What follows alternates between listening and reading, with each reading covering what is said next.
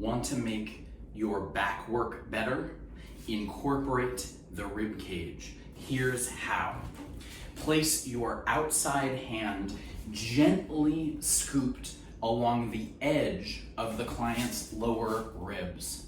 Then do whatever back techniques you normally do.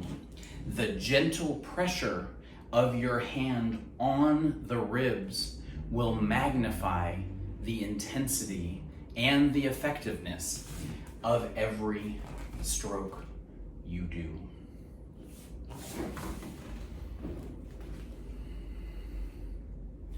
Now, let's explore this idea. The front and the sides of the ribs, as we all know from getting massages ourselves, can be an incredibly fraught place. So anytime we are contacting the area, we should do so with great care. But at the same time, this is an area that we as therapists too often ignore. In my experience, every session is better if it involves the rib cage. And this is one of the easiest ways to do so. So let's try it out. I want you to think of your hand, fingers slightly splayed and as loose and floppy as possible.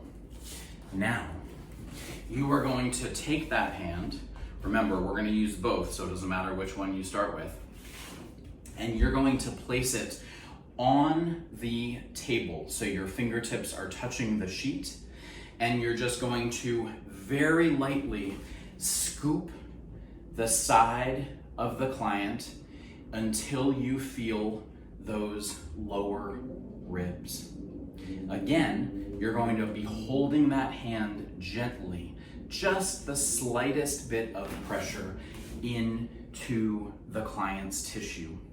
And the key here, and the reason why your fingertips are splayed slightly, is because you're thinking of those fingertips coming into the spaces between each rib. So your fingertips are in the intercostal spaces. Then you can do whatever work you normally do to the back. And what happens is, because you're creating this second point of contact, the client is more aware of everything that's happening. I find oftentimes a client can be very stuck in, say, the mid-thoracic region, and I can hammer down as hard as I want and nothing happens.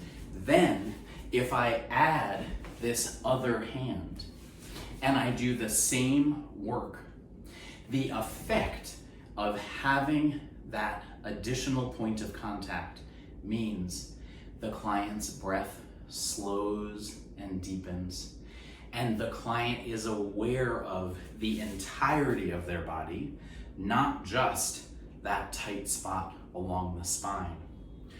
We aim to grow our clients' awareness. So any way that we can do that means that we have a better chance of creating lasting change. So add that hand at the rib cage and see what you think. A few notes of caution.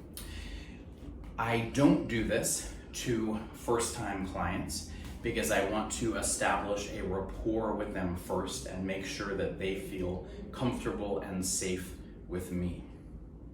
It is crucial anytime that you do this that your hands have as little tension in them as possible.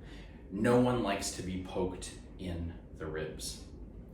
Then you can do this anywhere on the rib cage, but you want to change your touch when you get around the breast tissue. So on the lower ribs, you can scoop a little further under, and then as you get higher, think of contacting the lateral aspect of the ribs rather than the anterior aspect of the ribs, so that you avoid going anywhere near the breast tissue. Try it out and let me know what you think.